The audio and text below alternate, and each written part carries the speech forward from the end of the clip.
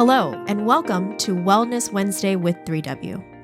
Wellness Wednesday is sponsored by 3W Medical for Women, a nonprofit medical clinic offering free of charge or low-cost reproductive health services to women in the Seattle area, regardless of income or insurance status. 3W does not profit off of the reproductive health choices women make. The information shared in this podcast is the opinion of the speaker or speakers. Medical information is not intended as individual medical consultation, but for general education only. Always consult your own health professional for personalized advice regarding medical decisions. And if you're in the Seattle area, consider making an appointment to consult with us. I'm Helen Nguyen, CEO and co-founder of 3W Medical for Women and the host of today's podcast. All right, well, hello, Wellness Wednesday listeners. Thank you again for tuning in, joining us. This is the second part of a conversation that I started with Rachel, who is so beautiful and wonderful, shared her story with porn addiction. And of course, it's such a heavy topic and it's a dense topic that I knew we had to come back and peel back another layer because I really want to get into how it affected Rachel or the women that she's working with, just physically, mentally, spiritually. I wanted to get kind of in that. And if you enjoyed our last conversation with Rachel, check out her organization. Rachel, remind our listeners what it is again.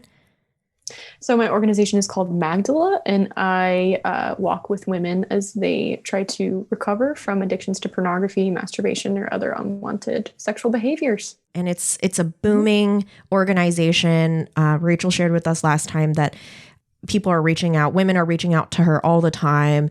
You've had 400 women join this conversation. Over 400 women have reached out. We've got over 30 small groups now. Amazing. Yeah. Wow.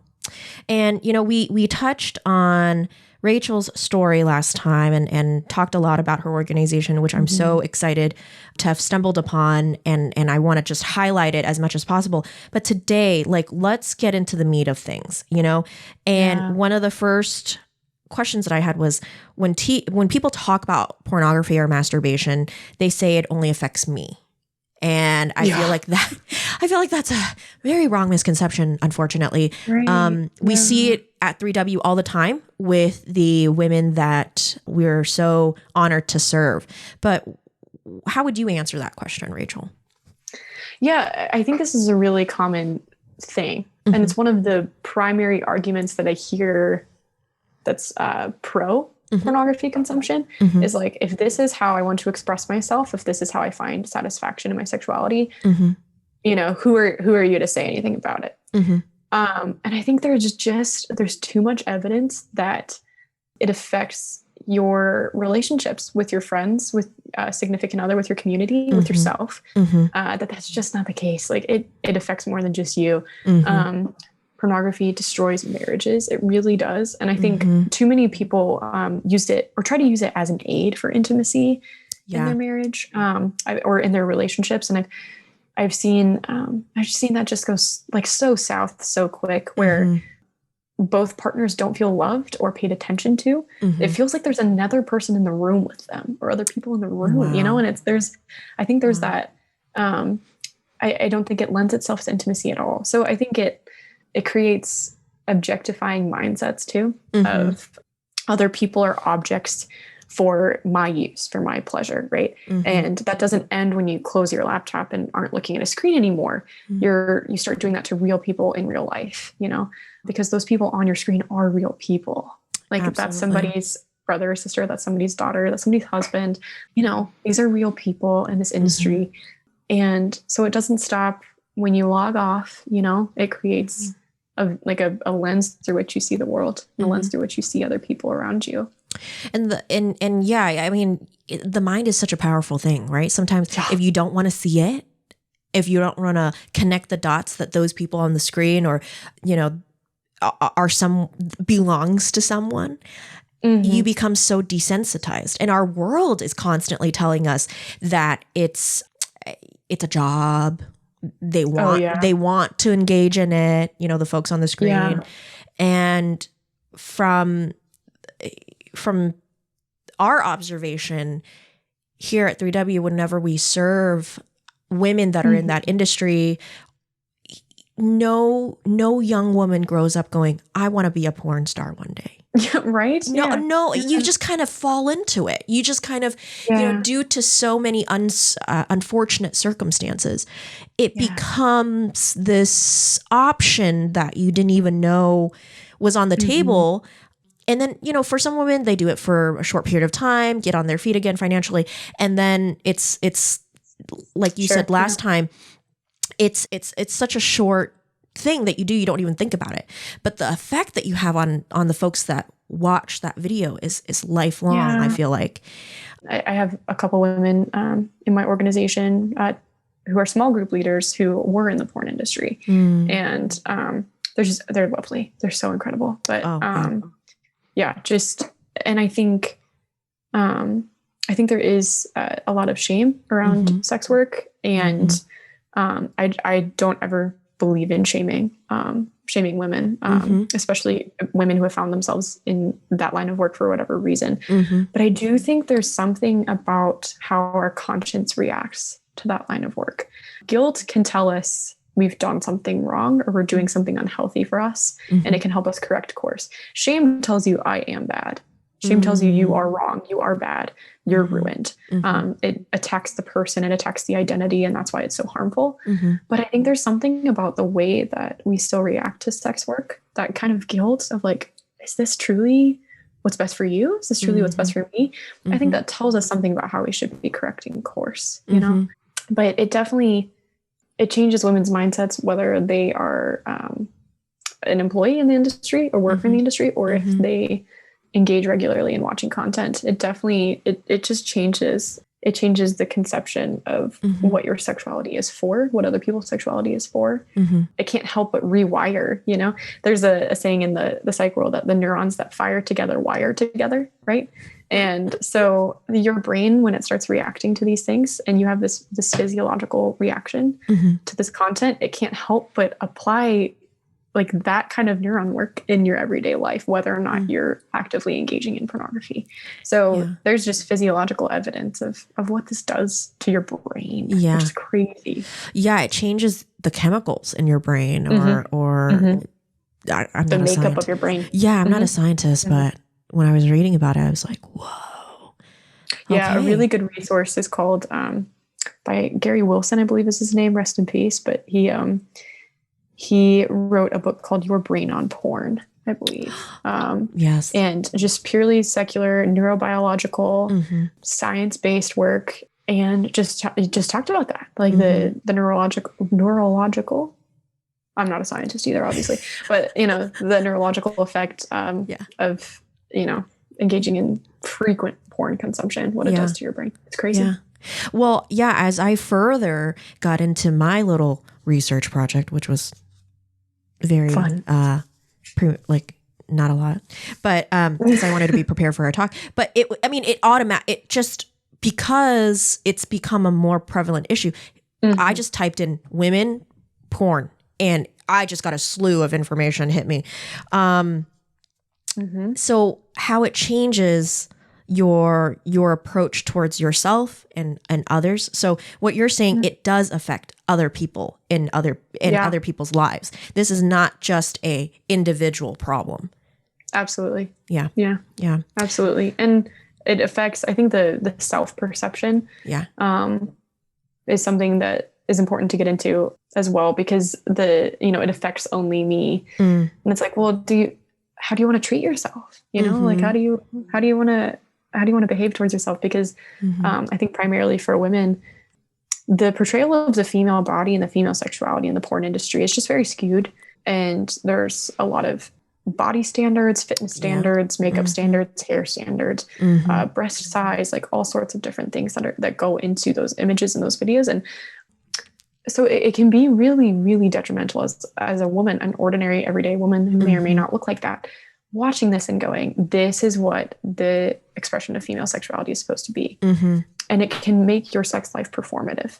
and which is super weird. It can make you feel like you have to perform for a partner instead of giving and receiving in a way that's loving and safe and comfortable for both people, and in a way that increases intimacy and unity.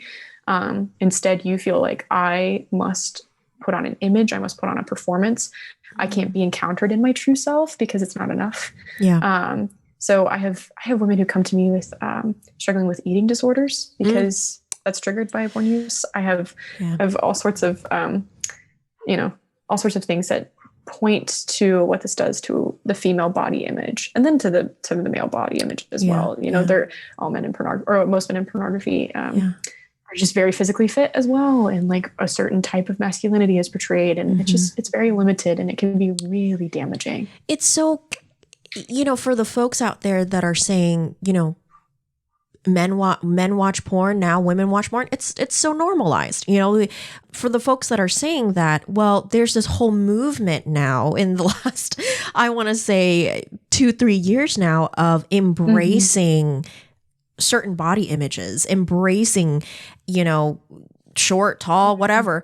And so it's such a contradiction when, when you normalize one thing that's, like you said, a performance, an act, and then you have to look a certain way, but then you go, you go on your social media, or then you advocate for all types of body shapes. It just doesn't. It doesn't add connect. Up. It really doesn't. Yeah. Cause I think if you think about it, when you're consuming pornographic content, there's no portrayal of a relationship. Yeah. There's no portrayal of growth together. There's no portrayal of the things that make you truly attractive to a loving partner. I think that's something that's lost in pornography, is like, my female sexuality is an expression of, like, it's an exterior expression of inner realities. If I'm an integrated woman, my, the good qualities about me, the humanity of myself, sometimes my messiness, all of these things that make Rachel can be expressed through my feminine sexuality, and how I approach the world in my everyday, how I interact with other people, how I interact with my spouse in a very specific way. But, so I should never feel like that's all I have to offer, right? I should never feel like sex is just this performative, superficial act. I think we all want it to be something enjoyable and intimate, and loving, and satisfying, safe, and comfortable. Fun. Even, And I think pornography limits it to just you are what you present. And if image is all we have, then we do put stock in, like, okay, if the exterior image is the only thing that makes me attractive, then I have to, be perfect. Right. But in reality, if like what makes us truly like sexually attractive to another person who loves us, if the reality is that like it's our personality, it's our hobbies, sometimes it's our flaws, it's a relationship that's on a trajectory of growth that we have with this person. If we're looking at it that way, then like, body image is so secondary. How we look is so secondary. It's just an expression of these beautiful things that are already present in us. And that's what makes me so sad, is pornography divorces your identity from your sexuality. It takes identity out of the picture. It takes personality out of the picture. It just says all you have to offer is this exterior expression. It's just really, it's kind of boring. It's just not the same. Well, the way you put it, it's just so interesting. I wish I could speak as eloquently about this topic. Thank you for putting that into such a divorce. Oh my gosh, that's so good.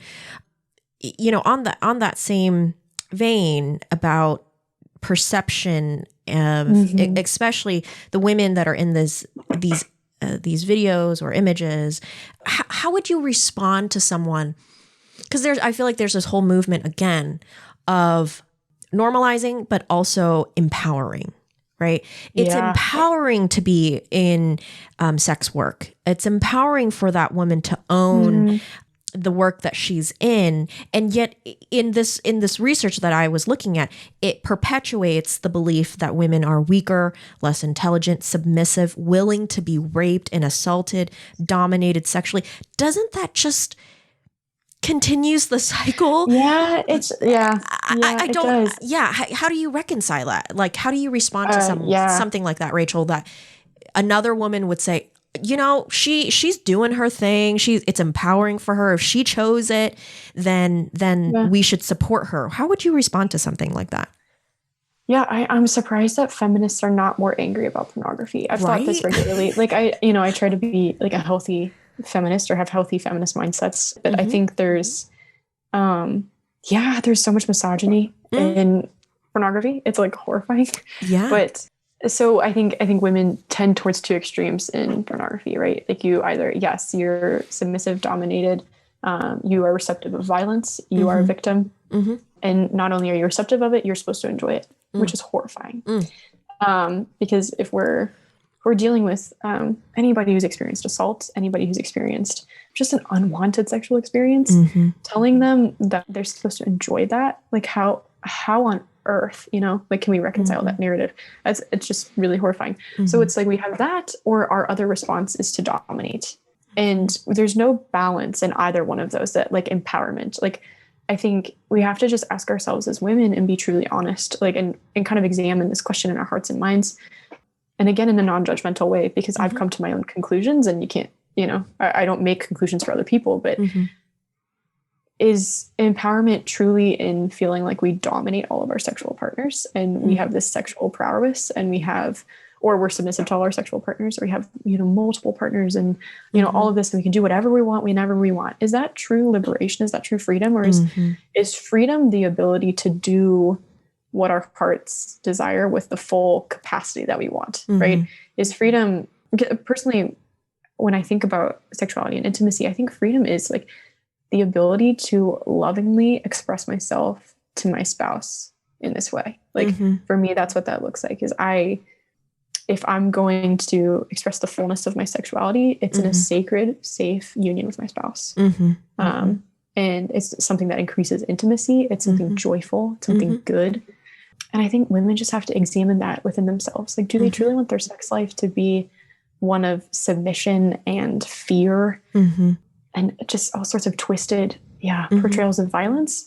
Or do they want it to be constantly dominating? Or do they want it to be an equal partnership that's founded in love and understanding and growth and, all of these, and joy and fun and all of these beautiful things that come in a loving partnership, right? So I think you have to examine what actually speaks to your heart, Is it either of these extremes? Because I think when you really get down to it as a woman, no, you want to be seen as an equal. You want to be loved, Yeah. And that's so beautifully put. And, you talk about us being as women, and we have these innate gut feelings about things all the time. Right. And it's not just like voodoo stuff. My husband's always like, okay, it's not just your gut feeling. He's very, facts and numbers and stuff like that. But I think for women, we have these like gut feelings about things, and it's usually a good pedometer of like, okay, that didn't feel good. I probably shouldn't do that again, or that was wrong, or whatever. And just the freedom, I feel like the freedom of pornography that comes from pornography, it's a instant pleasure, but it's only for that segment of time. Freedom in its truest sense lasts for, it's long term. You feel it all the time. It becomes this much bigger piece to your life where you can feel it in all aspects of your life, not just your sexuality. But when you engage in watching pornography, it's an instant gratification, and then it makes you feel weird afterwards, regardless if you admit it or not, right? There's this innate thing that makes you feel a certain way. That's not freeing, because you're going to have to dig through all of that and go, why do I feel that way? Or why don't I feel that way? And I don't think that's true freedom. It's not. So what would you recommend to women who want to overcome pornography, who are feeling that shame, that judgment, feeling that loss of self? Where should she start? Where should she reach out to your organization? Should she talk to someone in her community? What would you recommend? Yeah. So first, I think the question that I ask every woman who comes to me with that is like, what do I do? Where do I begin? Is first like, what are you willing to do? Is this something you're actually committed to being free from, or is this something you're kind of wishy-washy about? Because wishy-washy will never get you to recovery, but hope and commitment will, and conviction will. And so I think you have to decide that you're willing to do what it takes to be free. And first, tell someone. If you haven't told anyone, tell someone you trust.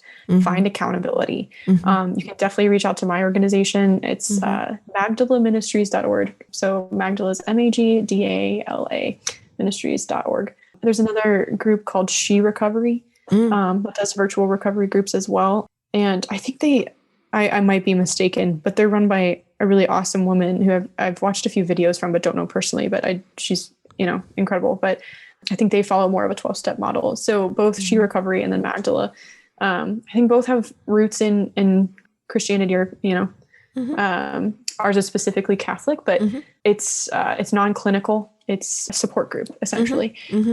I'd also recommend seeking out a sex therapist. So a person who's specialized in treating these. And so you can look for a few different certifications, but people who are certified in marriage and family therapy typically have a lot more exposure to these issues. But there are certified sex addiction therapists, so a CSAT, and then a SATP is a sex addiction therapy provider. So that's also what I'm in school for.